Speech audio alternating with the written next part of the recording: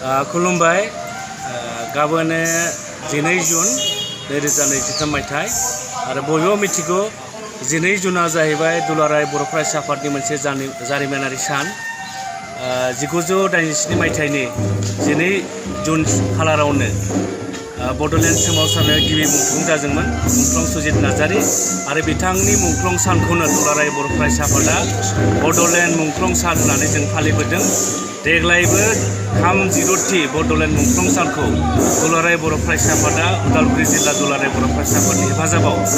उदालगुरि जिल्लानि बेन्दोङाव थानाय मोनसे मैखोम दखरा आफाद खैराबारि दखरा आफादनि आवथायाव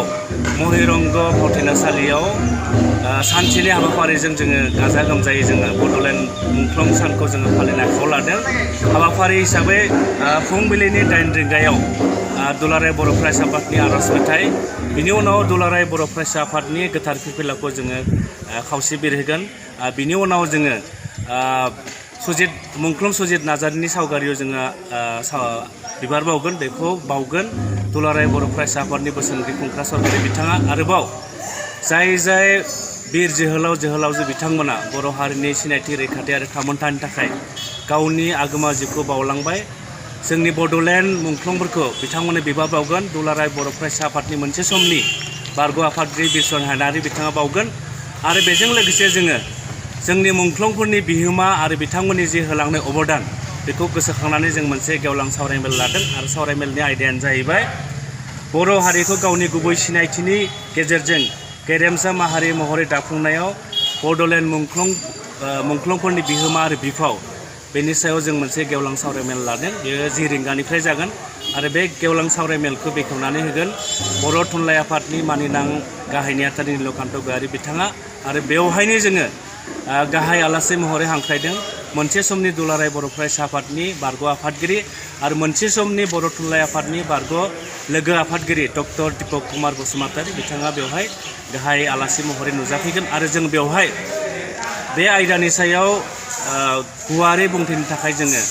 थांखि जानाय आलासि महरै जों हांख्रायदों दुलाराय बर' फरायसा आफादनि मोनसे समनि बारग' लोगो आफादगिरि रबीन्द्र मोसाहारि बिथां आरोबाव उदालगुरि जौमा फरायसालिनि गोरायुं डक्टर लुक दैमारि बिथांमोना जोंनि हाबाफारियाव बाहागो लागोन आरो बिनि अनगायैबो बर'नि माहारियारि आफादफोर जेरै आबोफ दुलाराय बर' हारिमु आफाद बेफोरबायदि बिथांमोनखौ जों हांख्रायनाय जादों आरो गाबोननि जे जारिमिनारि हाबाफारि बेवहाय आं दिनै नोंथांमोननि चेनेलनि गेजेरजों बयबो रायजो राजाखौ लैहोर फैनानै गाबोननि सानसेनि हाबाफारिखौ जाफुंनायाव बयबो मदद होनांगोन। मानोना मोनसे बाथ्रा दङ